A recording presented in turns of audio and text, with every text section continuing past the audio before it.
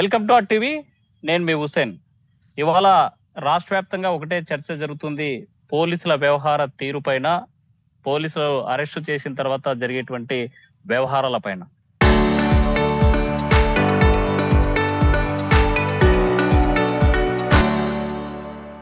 అలా మనం చూసాం గత వారం రోజుల నుంచి కూడా విజయవాడలో జరిగేటువంటి ఘటన మీద పోలీస్ శాఖ తీరు మీద ఒకవైపు న్యాయస్థానాలు, మరోవైపు రాజకీయ పక్షాలు కూడా పెద్ద ఎత్తున చర్చ చేస్తున్నటువంటి పరిస్థితి ఉంది. అయితే తాజాగా అలాంటి సిచ్యువేషనే కర్నూలు జిల్లా కౌతాల మండలం బదనేహాల్లో గంగమ్మ అనేటువంటి మహిళ అనారోగ్య పరిస్థితితో చనిపోయింది. అంతకు ముందు తనకు అక్రమ సంబంధం పెట్టుకున్న వివాహేతర సంబంధం దర్గప్ప అనేటువంటి వ్యక్తితో ఉండడం, ఆ ఘటనలో తన కొడుకు చూశాడు, బంధువులకు చెప్తున్నాడు అనేటువంటి ఆరోపణలు ఉన్నటువంటి నేపథ్యంలో తనను మట్టు పెట్టారని చెప్పి ఒక కథ మనం విన్నాం. అయితే 2024 నవంబర్ 11వ తేదీన తన కొడుకు కనిపించడం లేదని మిస్సింగ్ కేసు నమోదు చేయాలని స్థానికంగా ఉన్నటువంటి కౌతాలం పోలీస్ స్టేషన్ లో ఫిర్యాదు చేసింది గంగమ్మ. అయితే ఈ నేపథ్యంలోనే పోలీసులు ఈ కేసుని ఎక్కడ నమోదు చేయకపోవడం, నిర్లక్ష్యంగా వ్యవహరిస్తున్నారనేటువంటి కోణంలో ఇవాళ హైకోర్టును ఆశ్రయించింది గంగమ్మ. ఆ నేపథ్యంలోనే సిట్ ఏర్పాటు చేశారు. 10 మంది బృందం వచ్చి ప్రత్యేకంగా ఈ కేసులో దర్యాప్తు చేస్తున్నటువంటి నేపథ్యంలో ఒక్కసారిగా గంగమ్మ అనారోగ్యంతో చనిపోవడం, మరోవైపు దర్గప్ప అనేటువంటి ఈ కేసులో విచారణ జరుగుతున్న నేపథ్యంలో మిస్సింగ్ కేసును ఛేదించేటువంటి క్రమంలో సిట్టు దర్యాప్తు అధికారులు విచక్షణ రహితంగా పోలీసులు కొట్టారని, అక్కడ దానివల్లే అనారోగ్యం పాలై హాస్పిటల్లో గంగమ్మ చనిపోగా మరోవైపు దర్గప్ప పరిస్థితి కూడా విషమంగా ఉండడంతో స్థానిక ప్రభుత్వ జనరల్ హాస్పిటల్ కర్నూలులో చికిత్స పొందుతున్నటువంటి నేపథ్యం ఉంది. అయితే తాజాగా వరుసగా జరుగుతున్నటువంటి పరిణామాలు. అయితే ఈ నేపథ్యంలోనే ఈ రాష్ట్ర మాజీ ముఖ్యమంత్రి వైఎస్ జగన్మోహన్ రెడ్డి కూడా దీని మీద స్పందిస్తూ కర్నూలు జిల్లా కౌతాలం పోలీస్ స్టేషన్ పరిధిలో గంగమ్మ యొక్క మృతిపైన అనుమానాలు వ్యక్తం చేస్తున్నటువంటి నేపథ్యంలో ఇది లాకప్ డెత్తా లేకపోతే సహజ మరణమా, దర్గప్ప విచారణలో ఉండడం, విచారణ ఖైదీగా హాస్పిటల్లో చికిత్స పొందుతున్నటువంటి పరిస్థితి ఉన్నటువంటి నేపథ్యంలో మొదటి నుంచి కూడా ఈ కేసును దర్యాప్తు చేస్తున్నారు. ఆ వైపే కేసును పరిశీలిస్తున్నటువంటి ప్రముఖ న్యాయవాది ఆదోను చెందినటువంటి న్యాయవాది మనతో జీవన్ సింగ్ ఉన్నారు. సార్ నమస్తే. సార్ నమస్తే అండి. సార్, మనం చూస్తున్నాం గత 15 రోజులుగా ఒకటే చర్చ కర్నూలు జిల్లాలో, చాలా మీడియాకి రాకపోయినప్పటికీ వివిధ కథనాలు, మరోవైపు అనుమానాలు, లాకప్ డెత్ జరిగింది ఉండొచ్చు, 3rd డిగ్రీ ప్రయోగించారు అనేటువంటి నేపథ్యంలో చికిత్స పొందుతున్నటువంటి దర్గప్ప ఈరోజు హాస్పిటల్లో ఉన్నటువంటి పరిస్థితి ఉంది. అసలు ఈ కేసులో మీరు మొదటి నుంచి చూసినటువంటి వ్యక్తిగా, ఒక న్యాయవాదిగా దీన్ని ఎలా చూడాలి, ఎలా చూస్తున్నారు? దీంట్లో ఉన్నటువంటి వాస్తవాలు ఏంటి సార్? ప్రస్తుతంగా వాస్తవాలు, తర్వాత ఈ కేసుకు సంబంధించిన విషయాలు నాకు తెలిసినంత వరకు, నేను ప్రస్తుతం దర్గప్ప అనే వ్యక్తికి ఆయన A1 ముద్దాయిగా ఉన్నాడండి. ఈ క్రైమ్ నంబర్ 111/2024 కౌతాలం PS సంబంధించినటువంటి స్టేషన్ సంబంధించి మొదటి ముద్దాయిగా ఉన్నాడు. ఆయనకు నేను బెయిల్ అప్లికేషన్ వేసి ఉన్నాను. నేను ఆయన కుటుంబ సభ్యులతో మాట్లాడిన తర్వాత, నేను విచారణ చేసిన తర్వాత వాళ్ళు ఆయన నిర్దోషి అనే విషయాన్ని, వాళ్ళు మా తండ్రి గారు ఎటువంటి తప్పు చేయలేదని మేము భావిస్తున్నాం సార్, మాకు న్యాయం చేయండి అన్నందుకు మేము ఆయనకు బెయిల్ వేసి ఉన్నాము. ఈ మూమెంట్ లో ఒపీనియన్ షేర్ చేయడం అనేది కూడా సబ్జుడిస్ గా ఉన్నప్పుడు మనం తప్పు అవుతుంది. ఎందుకంటే కొన్ని అభియోగాలు దుర్గప్ప గారి మీద వేసి ఉన్నారు ప్రాసిక్యూషన్ వాళ్ళు. సో అది ఖచ్చితంగా కోర్టు పరిధిలో ఉంటుంది. కోర్టులో వచ్చి పోలీస్ డిపార్ట్మెంట్ కానీ ప్రాసిక్యూషన్ కానీ ప్రూవ్ చేయాలి. సో నాకు తెలిసినంత వరకు, నా దగ్గర ఉన్న ఇన్ఫర్మేషన్ వరకు ఖచ్చితంగా కోర్టులో అభియోగాల్ని తిప్పికొట్టే విధంగానే మేము ప్రయత్నం చేసి దుర్గప్పను బయటికి తీసుకొచ్చే ప్రయత్నం అయితే చేసి, ఎందుకంటే వాళ్ళ కుటుంబ సభ్యులు చెప్పిన కొన్ని విషయాలు, కొన్ని ఆధారాలు అవన్నీ చూసుకుంటే ఈయన నిర్దోషి అనే విషయాన్ని నేను అనుకుంటున్నాను. విచారణలో తెలుస్తుంది. కోర్టులో విచారణ జరిగినప్పుడు, సాక్షులను విచారించినప్పుడు అసలు నిజాలు బయటకు వస్తాయనే విషయం మీకు తెలియజేసుకుంటాను. సార్, ప్రధానంగా మామూలుగా ఇలాంటి కేసులు జరిగిన నేపథ్యంలో ప్రైమరీగా చేయాల్సినటువంటి అంశాలు ఏంటి? ఇన్వెస్టిగేషన్ చేసేటువంటి పద్ధతి ఏమంటారు యాజ్ పర్ లా ప్రకారం? లా సరే, యాజ్ పర్ లా అంటే ఇప్పుడు ఇంతకు ముందు IPC ఉన్నిందండి. ఇప్పుడు BNS చట్టాలు మారినాయి. ఇందులో మనకు వేరియస్ ప్రొవిజన్స్ ఉన్నాయి. ఇప్పుడు BNS లో మనకు 36 నుండి 62, సెక్షన్ 36 నుండి 62 వరకు వేరియస్ ప్రొవిజన్స్ ఉన్నాయి. ముందుగా అరెస్ట్ చేసినప్పుడు 24 గంటల్లో అది బేసికల్ గా అందరికి తెలిసిన విషయం. 24 గంటల్లో మ్యాజిస్ట్రేట్ గారి ముందు హాజరుపరచాలి. మ్యాజిస్ట్రేట్ గారి ముందు హాజరుపరిచినప్పుడు మ్యాజిస్ట్రేట్ గారు కూడా అడుగుతారు. మీకు ఏదన్నా కస్టడీలో ఉన్నప్పుడు ఏమన్నా మీకు పోలీసుల చేతిలో ఏదన్నా దెబ్బలు ఏమైనా కొట్టారా? అదేవిధంగా మీకు అడ్వకేట్ ని పెట్టుకునే స్తోమత ఉందా? మిమ్మల్ని అరెస్ట్ చేసిన విషయాన్ని మీ బంధువులకు గాని, మీకు తెలిసినటువంటి మిత్రులకు గాని తెలియజేశారా? ఇలాంటి విషయాలన్నీ మ్యాజిస్ట్రేట్ గారు కూలంకషంగా అన్ని ప్రశ్నలు అడిగి ఆయన తర్వాత రిమాండ్ చేస్తారు. రిమాండ్ చేసే టైంలో పోలీసు వాళ్ళకి కూడా అధికారం ఉంటుందండి. కొన్ని కేసెస్ లో కస్టడీ సార్ తీసుకుంటేనే కొన్ని విషయాలు బయటకు వస్తాయి. అలాంటప్పుడు మ్యాజిస్ట్రేట్ గారి ముందు వాళ్ళు అర్జీ పెట్టుకుంటే వాళ్ళకు పోలీస్ కస్టడీ ఇస్తారు. అది 60 రోజుల విచారణ సమయం ఉంటే 15 డేస్ అంటే 15 రోజుల దాకా పోలీసు వాళ్ళు వాళ్ళని విచారణ చేయొచ్చు. కస్టడీలో తీసుకుని ఇంట్రాగేషన్ చేయొచ్చు. కాకపోతే సార్ వైలెన్స్ ఉపయోగించాలనేది ఎక్కడెక్కడ ఏ చట్టంలోనూ గానీ ఎక్కడ కూడా లేదండి.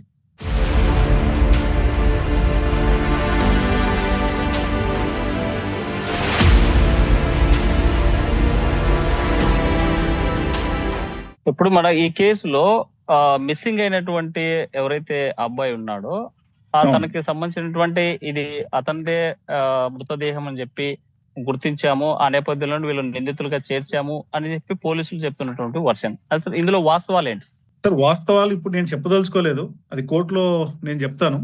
ఇప్పుడు సార్? పోలీసు వారి అభియోగం మేరకు దర్గప్ప అనే వ్యక్తి ఎంఆర్ఓ గారి దగ్గరికి వెళ్ళి తప్పును ఒప్పుకున్నట్టుగా కన్ఫెషనల్ స్టేట్మెంట్ ఉంది.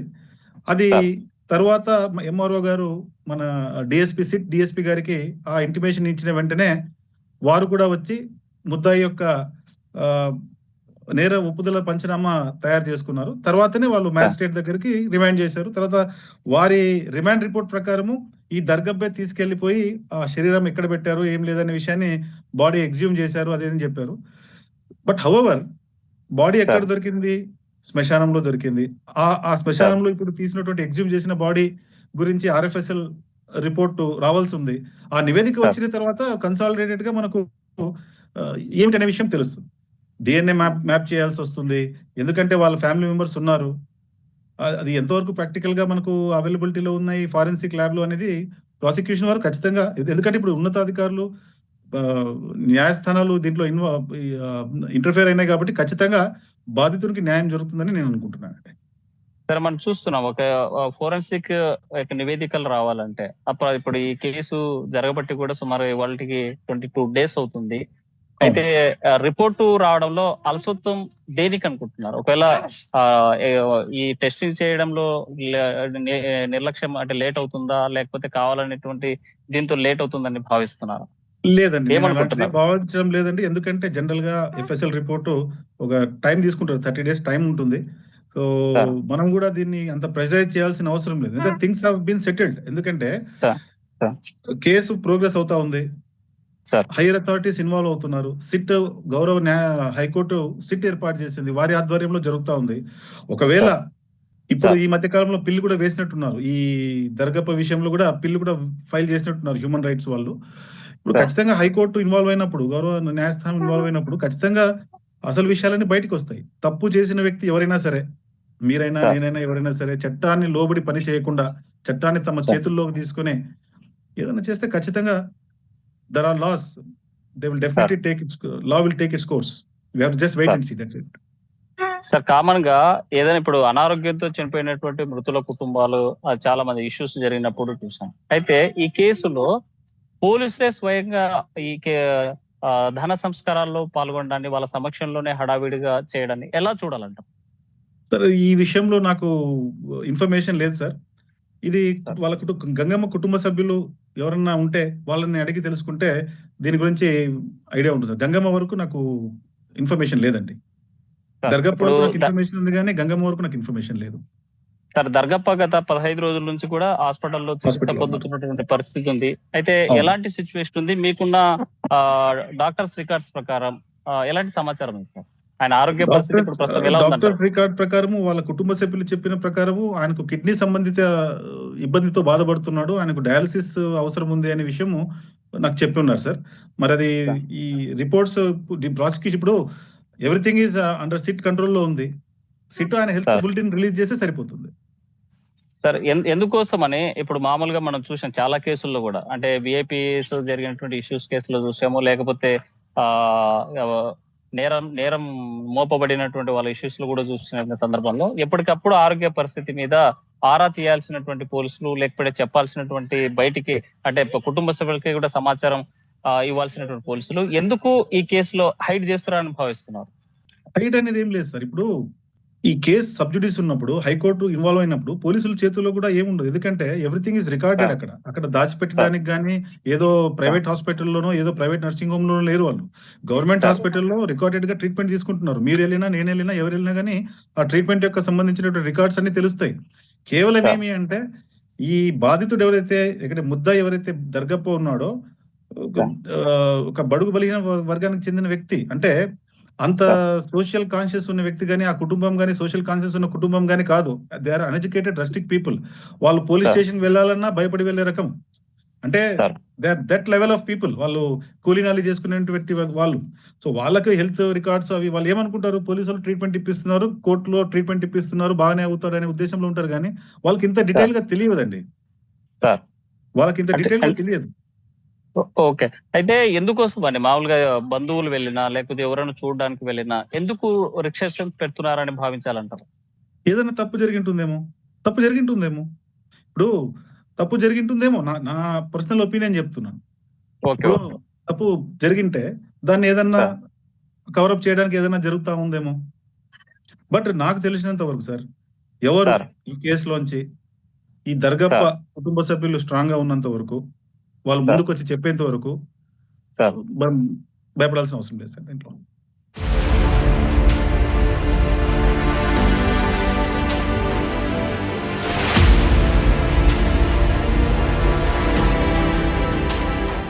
సార్ ఇప్పుడు బాధితులు ముందుకొచ్చే పరిస్థితి లేదు. ఒకవైపు ఆర్టీవీ బాధిత కుటుంబాలను కూడా పలకరించింది, వాళ్ళతో సంప్రదించింది, వాళ్ళతో మాట్లాడింది. అయితే కొంత భయాందోళనకు గురవుతున్నటువంటి పరిస్థితి స్పష్టంగా కనిపిస్తుంది. ఇలాంటి నేపథ్యంలో బాధితులకు ఉన్నటువంటి రైట్స్ ఏంటి? ఒక ప్రజా సంఘాలు కానీ, లేకపోతే మీరు ఈ కేసు చూస్తున్నటువంటి అడ్వకేట్ గా మీ న్యాయ బృందం ఎప్పుడైనా కలిసి దర్గప్పతో కలవడానికి ఏమైనా ప్రయత్నం చేశారు? కుదరలేదు సార్. నాకు పర్సనల్ గా ఆయన కలవడానికి కుదరలేదు. కాబట్టి వాళ్ళ అబ్బాయితో మాట్లాడిన, ఆ ఊరికి సంబంధించిన వ్యక్తి నాకు తెలిసిన వ్యక్తి కాబట్టి ఆయన రెగ్యులర్ గా నాకు టచ్ లో ఉన్నాడు. ఇప్పుడు నాకు ముఖ్యంగా ఇప్పుడు ఆయనకున్న ప్రాథమిక హక్కు ఏదైనా ఉంది అంటే అది బెయిల్. ఇప్పుడు సుప్రీంకోర్టు చాలా కేసుల్లో చెప్పిందండి, bail is rule and jail is exception అని. సో బెయిల్ అనేది రూల్, జైల్ ఈజ్ ఎక్సెప్షన్. ఇక్కడ ఈ కేసులో ఇన్వెస్టిగేట్ చేయడానికి ఏమీ లేదు. ఇప్పుడు అంతా కంప్లీట్ అయిపోయింది. ఆయన తొందరగా ఆయనకు బెయిల్ వస్తే ఆయనకు సంబంధించిన మెడికల్ ట్రీట్మెంట్ కానీ మా సైడ్ నుంచి మనం ఏమేమి చేయాలో మనం చేయొచ్చు. ఫస్ట్ ఆయన బెయిల్ చేసి బయటకు వచ్చేస్తే ఆయన మా కస్టడీలోకి వచ్చేస్తాడు. మా కస్టడీలోకి వచ్చినప్పుడు నాకు ఇంకా అవకాశం ఉంటుంది ఆయనతో ఇంటరాక్ట్ చేసేసి ఏం జరిగింది, ఎట్లా జరిగింది అనే విషయాలు బయటకు వస్తాయి. ఇప్పుడు మాకు ఆయనతో మాట్లాడడానికి కూడా, because is not in position to speak. ఆయన హెల్త్ సరిగా లేదు, కాళ్ళు చేతులు పనిచేయడం లేదని, ఆయనకు డయాలసిస్ ఏదో జరుగుతా ఉందని, he's weak. Once better treatment కనుక మనం బెయిల్ తీసుకున్న తర్వాత కొంచెం మంచి హయ్యర్ మెడికల్ ఫెసిలిటీ ఉన్నది తీసుకెళ్లిపోతే కొంచెం ఆయన రికవర్ అయినాడంటే అన్ని విషయాలు బయటకు వస్తాయి.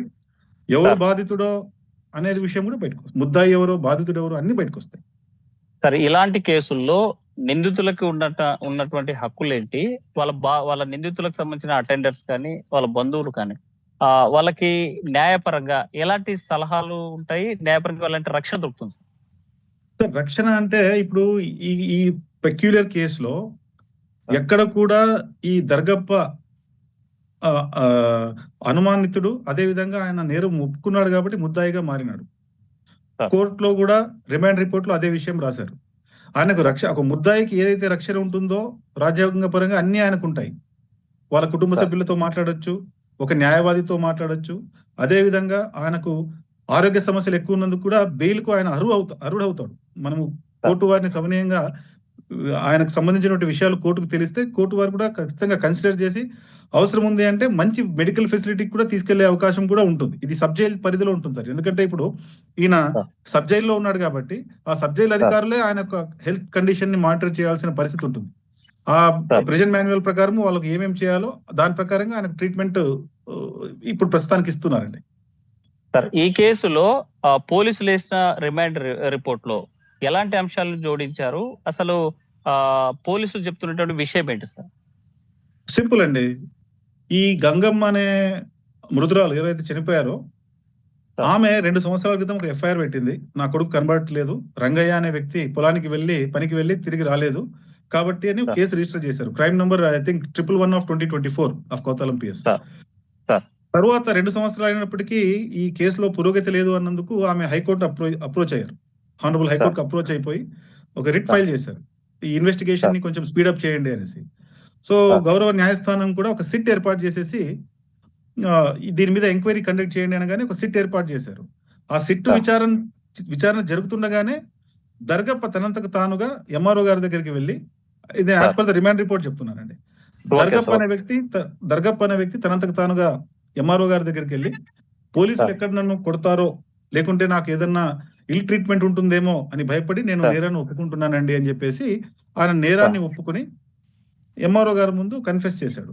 సో ఎంఆర్ఓ గారు ఇమీడియట్ గా సిట్ ఆఫీసర్స్ కి డిపార్ట్మెంట్ కు దాన్నే ఇన్ఫార్మ్ చేస్తే పోలీసు వారు వారిని కస్టడీలోకి తీసుకొని 1/6/2026 నాడున ఆయన్ని మ్యాజిస్ట్రేట్ గారి ముందు హాజరుపరిచారండి. 31వ తారీఖు జరిగితే ఆయన కన్ఫెస్ అయితే 1/6 నాడు రాత్రి 2:15 ఆ టైంలో ఆయన రిమాండ్ చేశారు. ఈ పోలీసులు చెప్పే కథనం కావచ్చు, లేకపోతే బయట మీడియా సర్కిల్లోను పబ్లిక్ లో ఒక డిఫరెంట్ అయినటువంటి ఒక వాదన వినిపిస్తుంది. అంటే ప్రధానంగా వీళ్ళు ఎస్సీ సామాజిక వర్గానికి చెందిన వాళ్ళు కాబట్టి మిస్సింగ్ కేసు నమోదైతే వాళ్ళకి బెనిఫిట్స్ వస్తాయి కాబట్టి సో ఉద్దేశపూర్వకంగా చేశారు అనేటువంటిది ఒకటి వస్తుంది.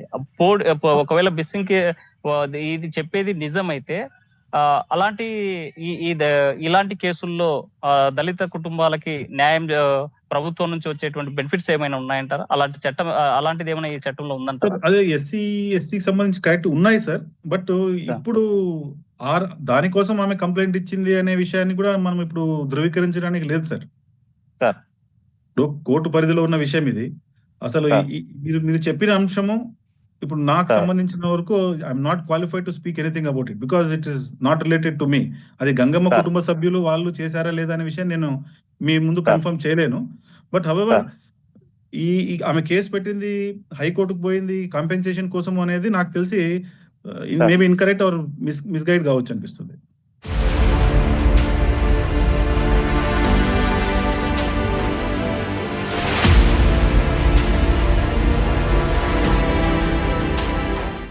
అయితే ఇలాంటి కేసుల్లో తప్పులు చేసినటువంటి ఒకవేళ నిజంగా మనం చూస్తున్నాం యాజ్ ఎ సొసైటీ ప్రకారం చూస్తే కన్న కొడుకును తల్లి చంపడాన్ని ఎవరు ఈ సమాజం అంగీకరించదు. అదే సందర్భంలోనే ఈ కేసు ద్వారా బెనిఫిట్ పొందడాన్ని ఎవరు కూడా అంగీకరించడం. కానీ ఈ కేసు సంబంధించినటువంటి అంశంలో మనం పరిశీలించినట్లయితే దర్గప్ప కుటుంబానికి జరిగినటువంటి అన్యాయాన్ని ఎలా చూడాలంటారు? ఒకవేళ పోలీసులు తప్పు చేసి ఉండింటే ఎలాంటి శిక్షలు ఉంటాయి సార్ చట్టం ప్రకారం? ఈ విషయంలో మీరు ఒకటి ఆలోచించాలా సార్. మీడియాలో మనము ఒక విషయాన్ని మాట్లాడుతున్నప్పుడు చాలా మంది ప్రజలు చూస్తుంటారు సార్, ప్రజలు ఖచ్చితంగా గమనిస్తుంటారు. మీది కూడా వన్ ఆఫ్ ద ఛానల్స్ చాలా పాపులర్ ఛానల్, చాలా మంది సబ్స్క్రైబర్స్ ఉంటారు, చూస్తుంటారు. మనం ఖచ్చితంగా ఒక విషయం మాత్రం అందరికీ ప్రజలకు చెప్పాలి. ఈ మీడియాలో జరిగే ట్రయల్స్ ఏదైతే ఉంటాయో అది చాలా చాలా చాలా చాలా ఒకసారి ఇబ్బందికరమైన సిచ్యువేషన్స్ క్రియేట్ చేస్తాయి. మన ఒపీనియన్ మనం షేర్ చేస్తున్నప్పుడు మన యొక్క ఒపీనియన్ ని ప్రజల మీదకు రుద్దడం అనే ప్రయత్నం ఒకటి జరుగుతూ ఉంటుంది. నేను ఈ కేసు గురించి చెప్తున్నా సార్, ఈ కేసు వరకే చెప్తున్నా, ఐఎమ్ నాట్ టాకింగ్ అబౌట్ ఈ కేసు వరకు నేను చెప్పే విషయం ఏమంటే సార్, ఇప్పుడు ఎఫ్ఐఆర్ అయింది, 2 సంవత్సరాల తర్వాత హైకోర్టు సిట్ ఏర్పాటు చేసింది, ఒక అడిషనల్ ఎస్పీ గారు వ్యవహారాన్ని చూస్తున్నారు, ఒకరు చనిపోయారు, ఈ ముద్దాయిలో ఎవరైతే ఈ తప్పు చేశారో ఇప్పుడు వారు మనతో లేరు, ఇంకొక వ్యక్తి తన ప్రాణాల కోసము ఇబ్బంది పడుతున్నాడు to recover from what ever suffering he's having. ఆయన రిమాండ్ రిపోర్ట్ లో ఒక మాట రాశారు, 2 వీలర్ లో కింద పడి దెబ్బలు తగిలించుకున్నాడు, రిమాండ్ కంటే ముందు 2 వీలర్ లో కింద పడినాడు. సో ఆ విషయాలు దాంట్లో పొందుపరిచినారు. సో ఈ ఆయన బాధితుడా లేకపోతే ముద్దాయా అనే విషయాన్ని మనం కోర్టులకు వదిలేద్దాం. ఎందుకంటే ఇప్పుడు ఆయన ఒక ముద్దాయి, నేను ఆయనకు న్యాయవాదిని, నా క్లయింట్ ఎప్పుడు తప్పు చేయలేదని నేను నమ్ముతున్నాను. ఎందుకంటే ఆయన ఇచ్చినటువంటి కొన్ని ఇన్ఫర్మేషన్ అది చూస్తే ఖచ్చితంగా రేపు పొద్దున కోర్టులో విచారణ జరిగినప్పుడు నిజానిజాలు బయటకు తీసుకొచ్చే ప్రయత్నం నేను ఖచ్చితంగా చేస్తాను. కానీ at the very very early stage of it మనము పోలీసు వారినైనా సరే, దర్గప్పనైనా సరే ఒకరి సైడ్ తీసుకొని మాట్లాడడం అనేది చాలా తప్పు అవుతుందని చెప్పేసి నా అభిప్రాయం. బట్ వన్ థింగ్ అది చెప్తూనే, దర్గప్ప అయినా, పోలీసు వారైనా, నేనైనా, మీరైనా అందరము చట్టానికి అతిథులం కాదు. చట్టాన్ని చేతిలో తీసుకోకూడదు. ఇప్పుడు అది తీసుకున్నప్పటికీ ఫ్యూచర్ లో దాని నుంచే మీరు ఇబ్బంది పడతారనే విషయాన్ని తెలియజేస్తున్నా. ఎందుకంటే మనకు చట్టంలో చాలా ఆప్షన్స్ ఉన్నాయండి. ఇప్పుడు ఫర్ ఎగ్జాంపుల్ పోలీసు వారు కస్టడీలో టార్చర్ చేస్తే ఇప్పుడు మనకు కొత్తగా సెక్షన్స్ వచ్చినాయి. సెక్షన్ 120 అని చెప్పేసి ఒక సెక్షన్ ఉంది. ఏదైనా సరే పబ్లిక్ సర్వెంట్ గాని ఒక నిందితుడిని అదుపులోకి తీసుకొని బలవంతంగా ఆయనతో ఏదైనా తీయని తప్పును ఒప్పిస్తే అది రుజువు అయితే దానికి దాదాపు 7 సంవత్సరాల పనిష్మెంట్ ఉంది. ఒకవేళ కస్టోడియల్ టార్చర్ చేస్తే ఇట్ అమౌంట్స్ టు మర్డర్. ఇప్పుడు మా సాయి కృష్ణ గారి కేసులో మేము చూసాం కదా, సి నాగరాజ్ గారి మీద 305 మర్డర్ కేసు పెట్టారు. అంటే ఐ మీన్ టు సే చట్టం ఎవరిని వదలదండి. పోలీసులైనా సరే, నేనైనా సరే, మీరైనా సరే, law will take it own course. ఖచ్చితంగా బాధితులకు న్యాయం జరుగుతుంది. తప్పు చేసిన వాడు తప్పించుకోలేడు. అది ఎవరైనా సరే, దర్గప్ప అయినా సరే, డిపార్ట్మెంట్ అయినా సరే, నేనైనా సరే, మీరైనా సరే. That's what my last say. I don't want to indulge in a media trial where I give my opinion because I don't want to give my material with me publicly because అది కోర్టులో పరిధిలో ఉన్నప్పుడు నేను కొన్ని విషయాలు బయట చెప్పకూడదు. ఖచ్చితంగా కోర్టు ట్రయల్ జరిగినప్పుడు నేను దేవుని ఇప్పుడు ప్రస్తుతానికి కోరుకునేది తొందరగా ఆయన బయటకు రావాలి. ఆయన ఆరోగ్యం కుదుటపడాలి. ఆరోగ్యం కుదుటపడిన తర్వాత త్వరగా కోర్టు కేసులో విచారణ తేలాలి. విచారణలో ఆయన ముద్దాయి అయినాడు అనుకోండి, శిక్ష పడుతుంది. నా ప్రకారంగా కుటుంబ సభ్యుల తరపున దర్గప్ప యొక్క విషయం తెలుసుకుంటే ఆయన నిర్దోషి అని వాళ్ళ కుటుంబ సభ్యులు చెప్తున్నారు. సో అది ఖచ్చితంగా నిజాలు కోర్టులో తెలుస్తాయి. విచారణ జరిగినప్పుడు అన్ని బయటకు వస్తాయి. అంతవరకు కొంచెం మనం వేచి చూడాల్సి వస్తుంది. Too early to decide whether he's accused, వాడు తప్పు చేసినాడా లేదా అనేది it's very too early to decide. As an advocate, it's not proper on me to give my conclusion. So final గా సూటిగా క్లుప్తంగా ఈ కేసులో ఎలా ముందుకెళ్ళబోతున్నారు, ఫైనల్ గా ఏం తేల్చబోతున్నారు మీకున్నటువంటి ఇన్ఫర్మేషన్? నాకున్నటువంటి సమాచారం ప్రకారము, నాకున్నటువంటి మెటీరియల్, నా చేతిలో ఉన్నంత మెటీరియల్ ప్రకారము ఖచ్చితంగా దర్గప్ప అనే వ్యక్తి ఎవరైతే ఉన్నారో ఆయనకు బెయిల్ ఫస్ట్ బయటకు రాగానే ఈ కేసు ఆయన రికవరీ అయిపోయిన వెంటనే ఆయన ద్వారా కొంచెం ఇన్ఫర్మేషన్ సేకరించి అన్ని క్రోడీకరించి ఖచ్చితంగా ఆయన నిర్దోషి అనే విధంగా నేను ప్రయత్నం చేస్తాను. నిర్దోషిగా ఆయన బయటకు తీసుకురావడానికి ప్రయత్నం చేస్తాను. As a professional duties discharge చేయాలి కాబట్టి, నా దగ్గరకు వచ్చాడు కాబట్టి ఆయన నిర్దోషం చెప్పడం లేదండి. నా దగ్గర ఉన్న మెటీరియల్ చూసి, నా దగ్గర ఉన్నటువంటి కొన్ని ఆధారాలు చూసి, లేదు కేసు రేపు పొద్దున కోర్టులో వచ్చినప్పుడు కేసు కొట్టేస్తారనే నమ్మకం నాకు ఉంది కాబట్టి ఆ నమ్మకంతోనే చెప్తున్నా. Okay sir, right. Thank you sir. చాలా విలువైనటువంటి సమాచారాన్ని ఆర్టీవీకి ఎక్స్క్లూజివ్ గా అందించారు. అయితే ఈ కేసులో పురోగతి మీరు సాధించాలని ఆర్టీవీ కోరుకుంటుంది. అయితే నిజాలు, ఈ కేసుకు సంబంధించినటువంటి నిజాలు, లాకప్ డెత్ జరిగిందా లేదా, అసలు కౌతాల పోలీస్ స్టేషన్ లో ఏం జరిగింది, సిట్ అధికారులు చేసినటువంటి వ్యవహారం ఏంది, పోలీసులు దీంట్లో దోషుల నిర్దోషుల అనేది చట్ట పరిధిలో తేలాల్సిన అంశం. అయితే జరిగినటువంటి ఘటన పైన పూర్తి స్థాయి దర్యాప్తు సమగ్రంగా ఈ సమాజానికి ఆర్టీవీ ఎప్పటికప్పుడు చెప్పడానికి ప్రయత్నిస్తుంది. జరిగేటువంటి నిజాన్ని మాత్రమే బయటకు వెలికి తీయడానికి ఆర్టీవీ ఎల్లప్పుడూ కూడా పనిచేస్తూనే ఉంటుంది. Thank you sir.